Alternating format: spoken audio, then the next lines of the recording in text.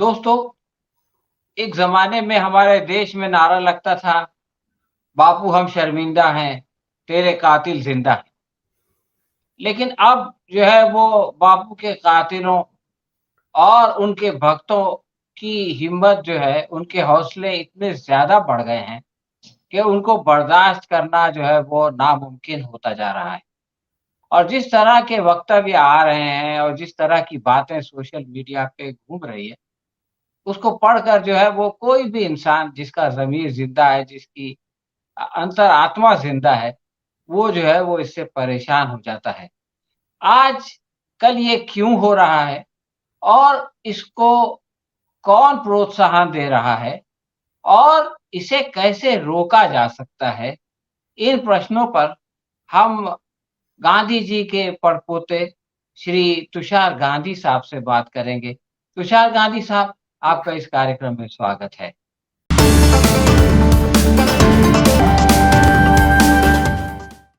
नमस्ते। अ, हर देश में कुछ जो है वो नेशनल हीरोज़ होते हैं और उनका अक्रॉस द बॉर्डर सभी लोग जो है वो बहुत ज़्यादा जो है वो एहतराम करते हैं, बहुत ज़्यादा रिस्पेक्ट करते हैं। कुछ साल पहले मुझको तुर्की जाने का मौका मिला, तो मैंने देखा कि बहुत सारे लोग आइडियोलॉजिकली मुस्तफ़ा कमाल अतातुर्क से बहुत सारा डिसएग्रीमेंट करते हैं। लेकिन इसके बावजूद वो उनको अपना कौमी लीडर मानते हैं, इसलिए कि उनका ये ख़्याल है, उनकी ये सोच है कि मुस्तफ़ा कमाल अतातुर्क की वजह से तुर्की जो है वो गुलाम बनने से बच गया। तो जो रोल मुस्तफ़ा कमाल अतातुर्क ने तुर्की के लिए प्ले किया, उससे बड़ा रोल महात्मा गांधी ने हिंदुस्तान की आज़ादी की जो जद्दोजहद हुई, हिंदुस्तान की जो फ्रीडम स्ट्रगल हुआ, उसमें अदा किया और पूरे देश को जो है वो एक करके जो है उसके लिए काम किया और आज़ादी दिलाई। इस बात को सभी लोग मानते हैं, सारी दुनिया मानती है। इसके बावजूद आज 75 साल बाद जबकि हम ये दावा किया जा रहा है कि हमारा देश स्वर्ण काल में दाखिल होने वाला है, गांधी जी के खिलाफ ये जो नफ़रत आए दिन फैलाई जाती है, आए दिन कोई न कोई नया शोषा छोड़ा जाता है। तो इसका बुनियादी वजह क्या है? इसका क्या कारण है, तुषार गांधी साहब? सलीम साहब, आपने ये समझना चाहिए कि ये कोई इक्का-दुक्का सरफिरे का काम नहीं है। ये एक मुहिम है जो बापू के जीवन काल में भी कार्यरत रही। गांधी द्वेष फैलाने में, गांधी के प्रति घृणा और लोगों के बीच में शत्रुता डालने की कोशिश बापू के जीवन काल में भी चलाई जाती थी। आखिरी 6-7 सालों में तो ये बहुत ही पुरजोर चलाई गई थी। उसके बाद बापू का कत्ल करवाया गया।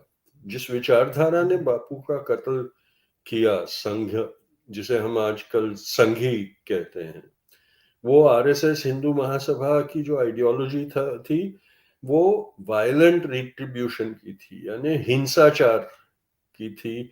हिंसा से बदला लेना, जिस विचार से असहमति हो उस विचार करने वाले को नेस्त नाबूद कर देना, ये उनका रवैया था, उनकी समझ थी, उनका कार्य प्रणाली थी।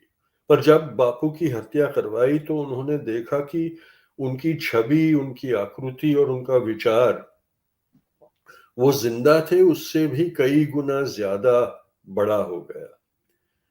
तो तब से उन्होंने गांधी की हत्या को लाजमी कहलवाने के लिए, ठहराने के लिए, एक कैंपेन ऑफ डिसइंफॉर्मेशन जो कहते हैं, दुष्प्रचार, झूठ को सच साबित करने की कोशिश, वो ये करते रहे हैं। और ये जो पूरा सिलसिला है वो उसी में का एक है, जिसमें उन्होंने किरदारों को स्क्रिप्ट, टूल किट और क्यू दे के रखे हैं कि भाई आपने कब, किस वक्त को आपको दी गई जिम्मेदारी वाला किरदार निभाना है और गांधी के प्रति क्या, किस प्रकार से आपने घृणा और दुष्प्रचार करना है। तो बार-बार आप देखेंगे कि कोई ना कोई आता है और कुछ ना कुछ करता है, कभी फ़िल्म बनती है, कभी नाटक बनता है, कभी कोई अपने आप को नेता कहलाने वाला बोलता है, कभी पार्टी का नेता बोलता है। ये सारी चीज़ें बहुत ही सिस्टमैटिक तरीके से आगे बढ़ाई जाती है और उसका परिणाम हम देख रहे हैं आज की बहुत बड़ी संख्या में ऐसे लोग हिंदुस्तान में हैं जो इस दुष्प्रचार को सही समझते हैं और उसके कारण गांधी को रिजेक्ट करते हैं या गांधी से नफरत करते हैं, मुखालफत करते हैं। तो ये एक बहुत ही सिस्टमैटिक कैंपेन है। वो न सिर्फ गांधी के विरुद्ध है, लेकिन उन्होंने जिस प्रकार की समाज व्यवस्था बनाई, जिस प्रकार के देश को बनाने की, जो उनके सपनों का देश था, उसको खत्म करके एक नए तरीके का, एक नई संस्कृति का, एक नए विचार और आचरण वाला देश बनाने की जो मुहिम है, जो हिंदू राष्ट्र की मुहिम हम कहते हैं, उसके तरफ बढ़ने वाले कदमों में से ये एक है कदम। लेकिन आज इनके पास जो है वो सारे संसाधन हैं। ये दुनिया की सबसे बड़ी पार्टी का दावा है इनका। इनके पास दुनिया भर की दौलत है। इनके पास जो है वो मीडिया है। इनके पास सरकार है। यानी वो सारी चीज़ें जो किसी को मिल सकती हैं अ, इस दुनिया में वो सब इनको मिल गया है। तो इसके बाद भी इनको क्या ज़रूरत है अ, ऐसा करने की? यानी क्या चीज़ इनको मजबूर करती है कि ये सब करें? ये मेरा सवाल है तुषार। ये सवाल लाज़मी है आपका कि सब तो मिल गया है, लेकिन देखिए जब थाली आधी भरी हुई मिलती है, तो उस आधी भरी हुई थाली से जो आपको सैटिस्फैक्शन मिलता है कि भाई चलो कुछ तो मिल गया, आज भूखा नहीं रहना पड़ा है मुझे। जब पूरी भरी हुई थाली, छलोछल भरी हुई थाली आपको दी जाती है, आपको वो सैटिस्फैक्शन नहीं मिलता, आपको लगता है कि नहीं यार, ये थाली छोटी है मेरे लिए, ये बड़ी होनी चाहिए थी और मिलता मुझे करके। यही उनकी फितरत हुई, जिसको हम कहते हैं ना अंग्रेजी में ग्लटन, जी, वो जी। है। आप देखिए इसमें ये नई बात नहीं है। यही चीजें, ये सारी बातें हिटलर और नाज़ी पार्टी के साथ हुई थी।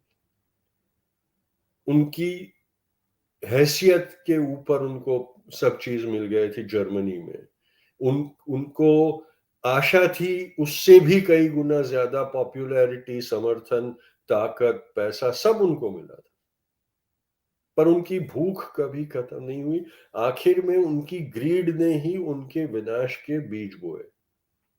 जी, लेकिन जी, वो जी। विनाश होने से पहले उन्होंने उस मुल्क का कितना बड़ा सर्वनाश किया, कितना बड़ा नुकसान किया, ये भी हमें इतिहास बताता है। तुषार गांधी साहब एक चीज़ ये है कि गांधी जो है वो एक फ़र्द नहीं है, एक इंडिविजुअल नहीं है। गांधी जो है वो एक विचारधारा है। तो बिल्कुल। विचारधारा का मुकाबला जो है वो विचारधारा से होना चाहिए। आइडियोलॉजी को आइडियोलॉजी से आप जो है वो कन्फ्रंट करें। लेकिन आप जो है वो आइडियोलॉजी को छोड़कर जो है वो पर्सनल हमले करने लगे और ऐसे पर्सनल हमले करने लगे कि जिनका कोई सर-पैर नहीं है और बिल्कुल मतलब इतनी निचली सतह पर तो कोई जाता नहीं है, जिस तरह से कि आज जो है ये संभाजी भिड़े और इनके जो है वो साथी जा रहे हैं। तो ये क्या दर्शाता है? ये लोग आइडियोलॉजिकली फाइट क्यों नहीं करना चाहते? क्योंकि इंटेलेक्चुअल डेफिसिट है। एक तो इंटेलेक्चुअल डेफिसिट है, दूसरा मॉरल डेफिसिट है। इनके अंदर ना सोच की ताकत है और ना ही उनके अंदर संस्कार की क्षमता है। ये दोनों का अभाव, उसी के चलते इस तरह से घिनौना प्रचार। और दूसरा एक हमने बहुत, जो जिसकी बहुत चिंता हमें होनी चाहिए, वो ये है कि हमारे समाज में जो संस्कार और ज्ञान का अभाव, कमी हो गई है, वो होना चाहिए।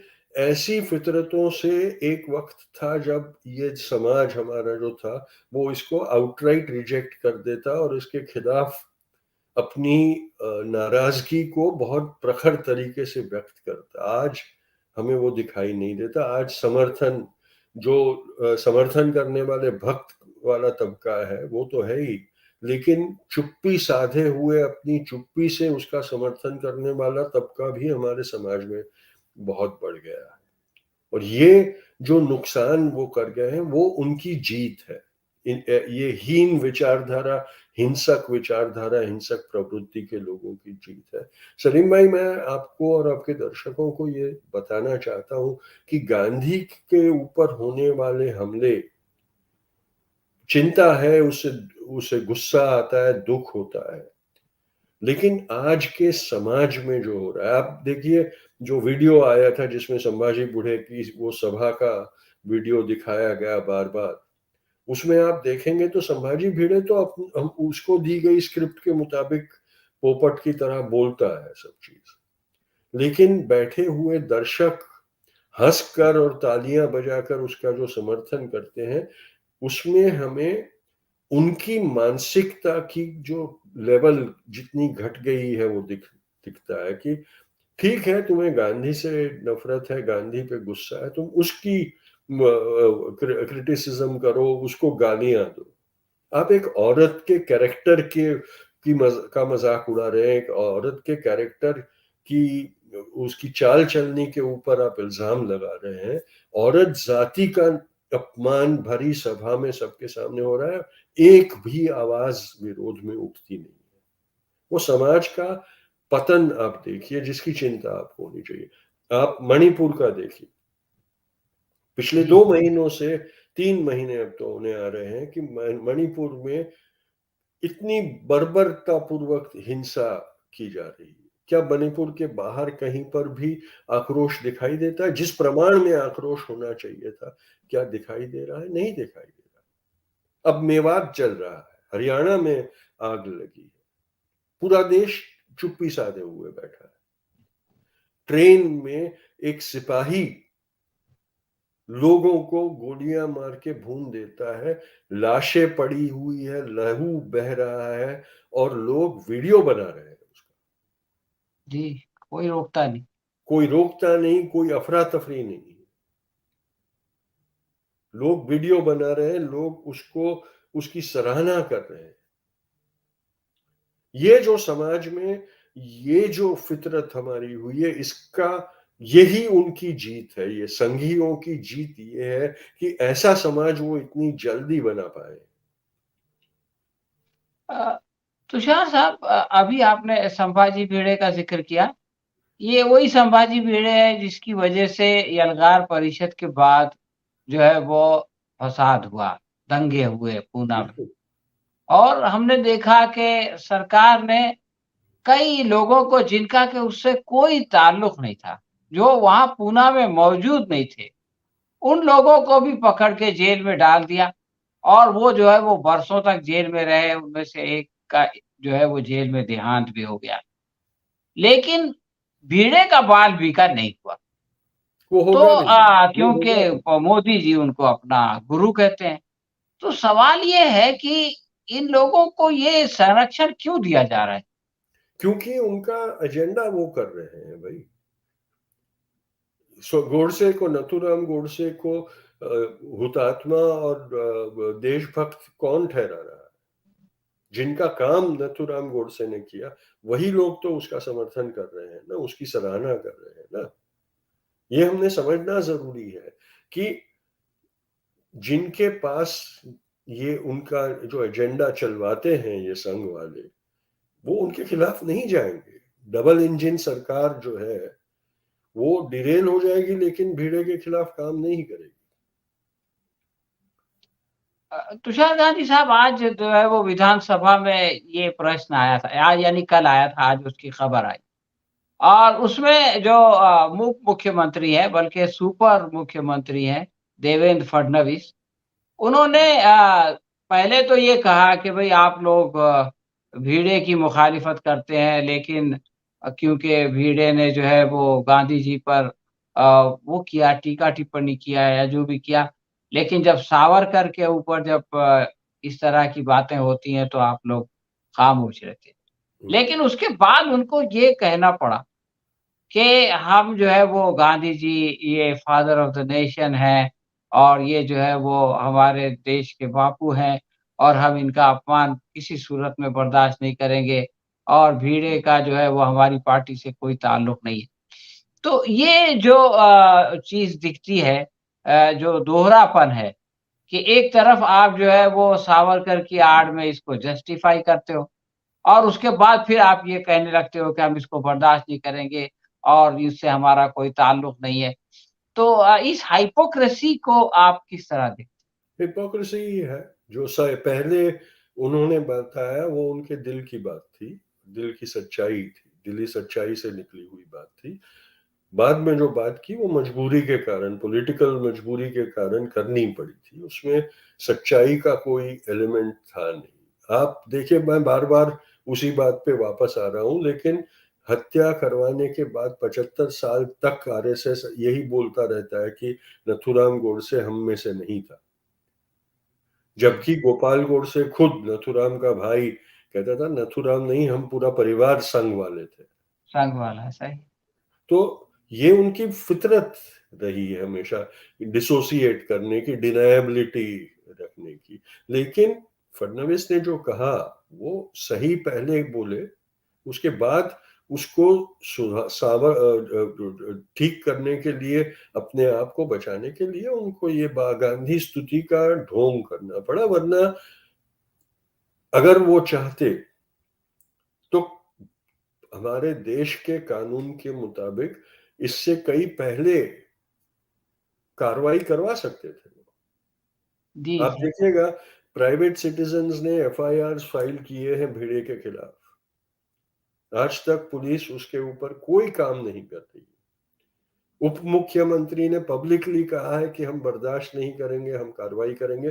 क्या पुलिस कार्रवाई कर रही है?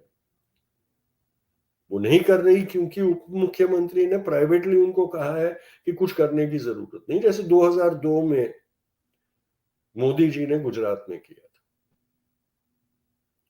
ये देखिए, ये सारे सुशांत, लोग जो है वो उनको दिए हुए एजेंडा को फॉलो कर रहे हैं।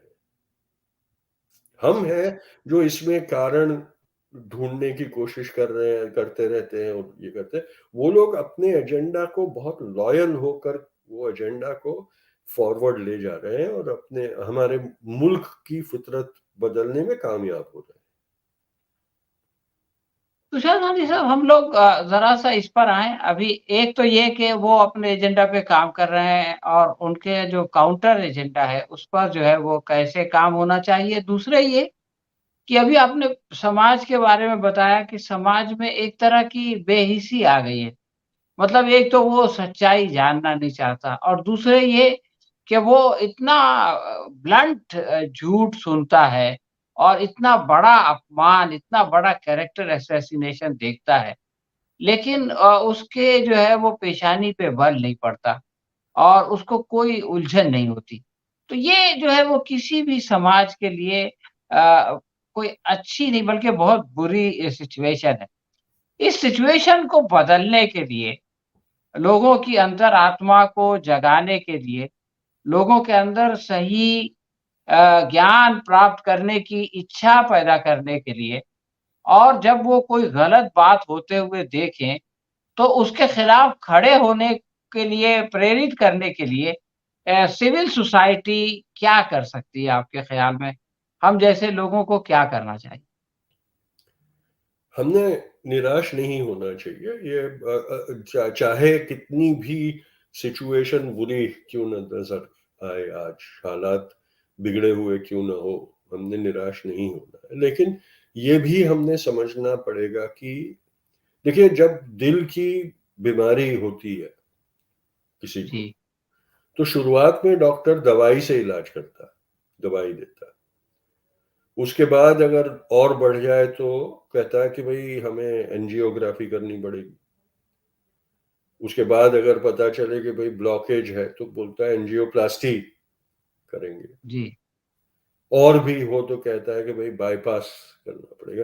तो डिग्रीज बढ़ती जाती है और एक स्टेज ऐसा आता है जब कहता है कि भाई ये हार्ट बेकार हो चुका है, इसका कोई इलाज हम नहीं कर सकते, इसको ट्रांसप्लांट करना पड़ेगा, नया हार्ट, इसकी जान बचाने के लिए नया हार्ट डालना पड़ेगा। आज हम लोग उस स्टेज पर समाज को ले गए हैं कि जहां बाकी कोई भी इलाज काम नहीं कर रहा, ट्रांसप्लांट ही अब इस समाज को बचा सकता है।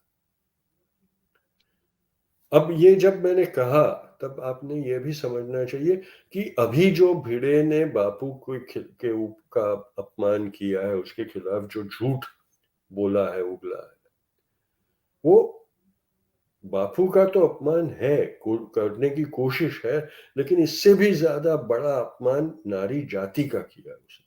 सही बापू है। की माँ के कैरेक्टर के ऊपर उसने लांछन उठाया और ऐसा कहा कि ठीक है, वो मुस्लिम जमींदार ने, करमचंद ने चोरी की, इसलिए वो उसकी बीवी को उठा गया, और वो भी चौथी बीवी थी, वो उसको उठा गया और अपने हरम में रख के उसके साथ पति पत्नी वाला व्यवहार किया, और उसी के तहत मोहनदास पैदा हुआ।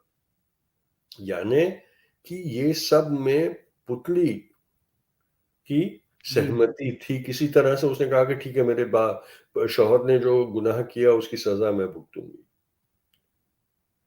नारी जाति का कितना बड़ा अपमान किया गया। जी महाराष्ट्र हाँ। अपने आप को सावित्री माई और जिजाऊ का देश कहलाता है, बड़ा नाज है उसे, और पुरोगामी अपने आप को कहता है कि देखो, अहिल्याबाई, सावित्री बाई, जिजाऊ, ये सारे हमारे महाराष्ट्र के थे, और ये हमारी बहुत ही गौरवशाली परंपरा रही है। क्या इसके ऊपर इसको नारी जाति का अपमान कह के महाराष्ट्र में पुरोगामी नारी ताकतों में से कोई आवाज उठा है? नहीं उठा। कहीं पर भी ये नहीं दिखाई देता कि महिलाओं ने विरोध किया हो कि आप इस तरह का प्रचार कैसे कर सकते हो। ये जो उदासीनता आ गई है, ये हमारी सबसे बड़ी हार हो गई है। हमने सारी चीजों को इंटेलेक्चुअलाइज करके रख दिया, जबकि वो लोग सारी चीजों को सबसे निचले लेवल तक ले जाके भी काम करने में झिझकते नहीं है। जी। ये जो हमारी कमजोरी है, उसको हमने दूर करना पड़ेगा। हमको भी अगर गटर को साफ करना है तो गटर में उतरना पड़ेगा। सही। तो तुषार गांधी साहब, आपने जो है इस प्रॉब्लम के बारे में, इसके रीजंस के बारे में और इसके सॉल्यूशन के बारे में बहुत ही इम्पोर्टेंट बात कही। आज आपसे बातचीत करने का एक उद्देश्य ये भी था कि हम जो है वो हमको इस कल को बदलने के लिए, ये जो आज की परिस्थिति है, इसको जो है चेंज करने के लिए हम क्या कर सकते हैं?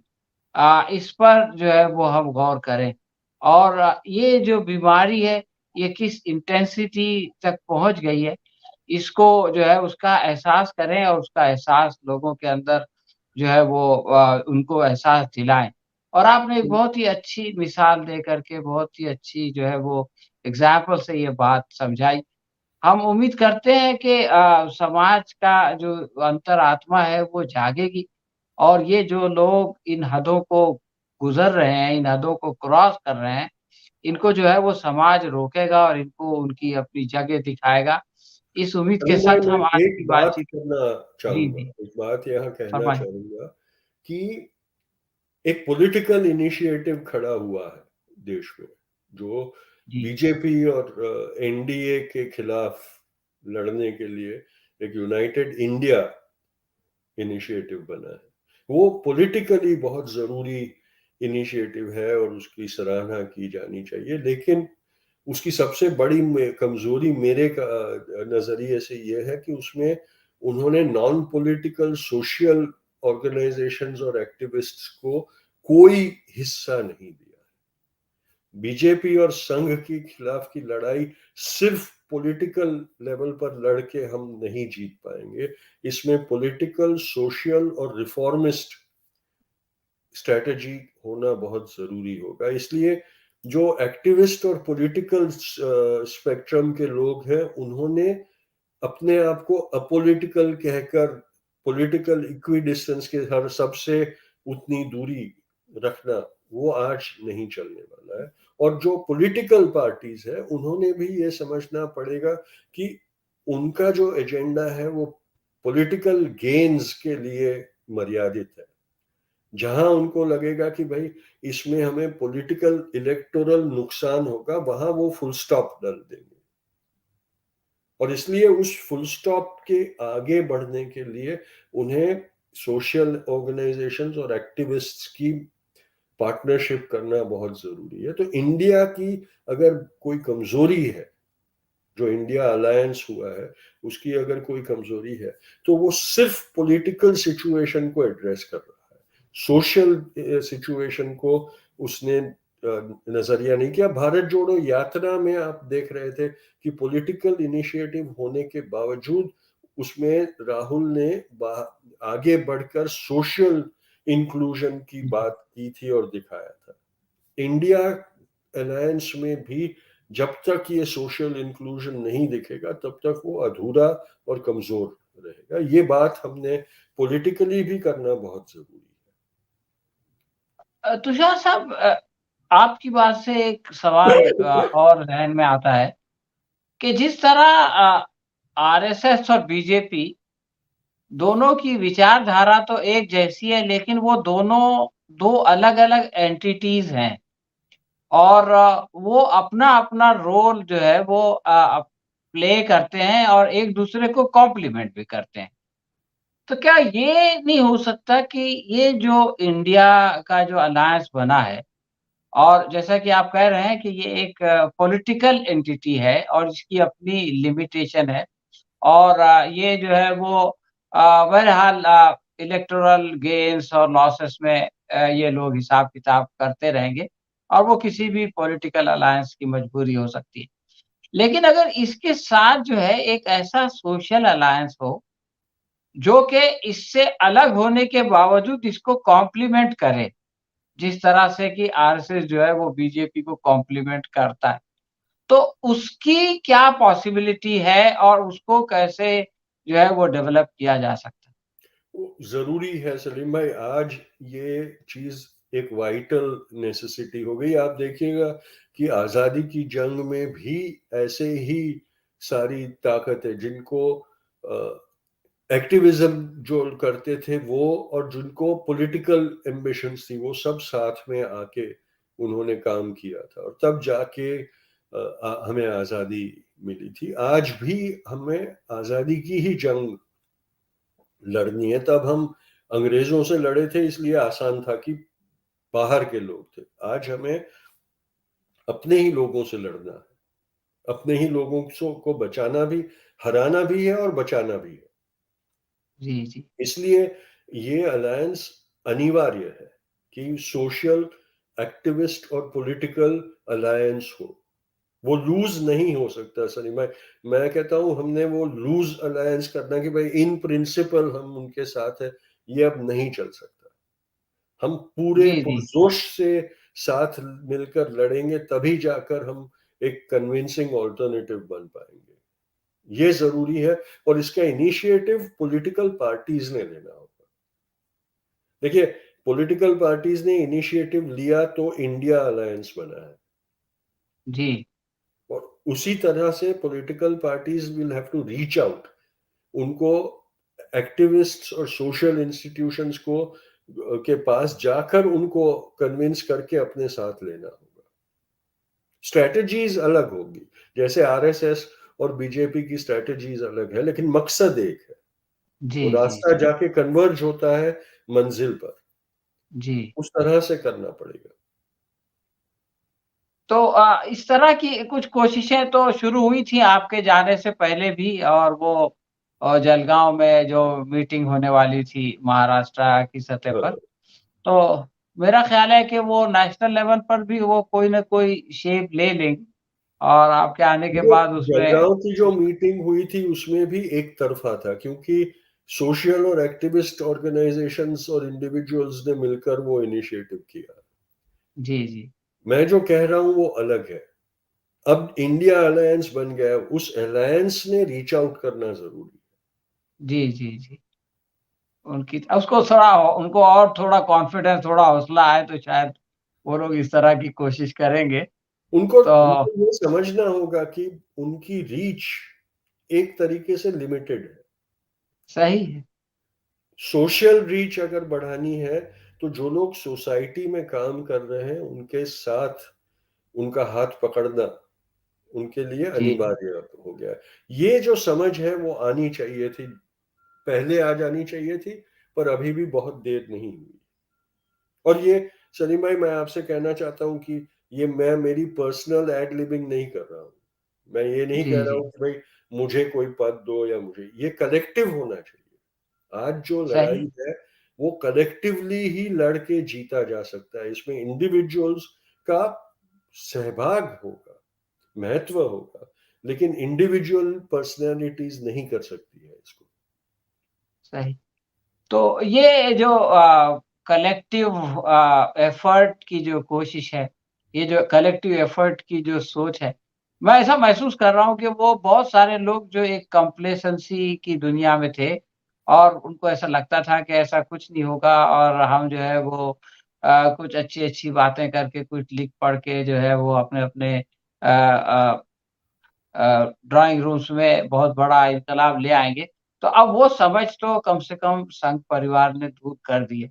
तो हुँ, उम्मीद है कि वो लोग जो कि अपने कम्फर्ट ज़ोन में बैठे हुए थे, वो अपने कम्फर्ट ज़ोन से बाहर निकलेंगे और बहुत ज़्यादा हेजिटेशन से परे हो करके, ऊपर उठ करके अपनी रिस्पॉन्सिबिलिटी को, अपनी ज़िम्मेदारी को अदा करने की कोशिश करेंगे। तो इस उम्मीद के साथ हम आज की अपनी इस बातचीत को ख़त्म करते हैं। हम बहुत जल्द फिर किसी और विषय पर आपसे बात करेंगे। बहुत-बहुत ज़रूर। शुक्रिया। शुक्रिया सलीम भाई। शुक्रिया आपको भी और आपके सारे दर्शकों को। जी, थैंक यू। Thank you.